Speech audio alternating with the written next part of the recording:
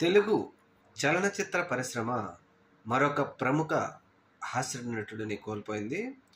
కోట శ్రీనివాసరావు గారు ఈరోజు ఉదయం మరణించడం జరిగింది. ఆయన ఆరోగ్య సంబంధిత వ్యాధితో హాస్పిటల్లో జాయిన్ అవ్వడంతో ఆయన మరణించారు. ముఖ్యంగా కోట శ్రీనివాసరావు గారు తెలుగు, తమిళం, కన్నడ, మలయాళం, హిందీ భాషల్లో కలిపి 750 సినిమాల్లో నటించారు. దీనికి సంబంధించి కేంద్ర ప్రభుత్వం పద్మశ్రీ అవార్డుతో కూడా ఆయన సత్కరించింది. అటల్ బిహారీ వాజ్పేయి స్ఫూర్తితో ఆయన 1999లో రాజకీయాల్లో కూడా అడుగుపెట్టాడు.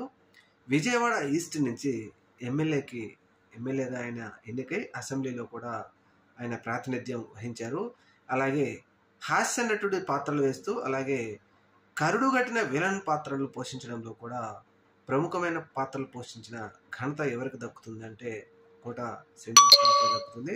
ఏది ఏమైనా తెలుగు చలనచిత్ర పరిశ్రమ కోట శ్రీనివాసరావు గారిని కోల్పోవడం మాత్రం బాధాకరం.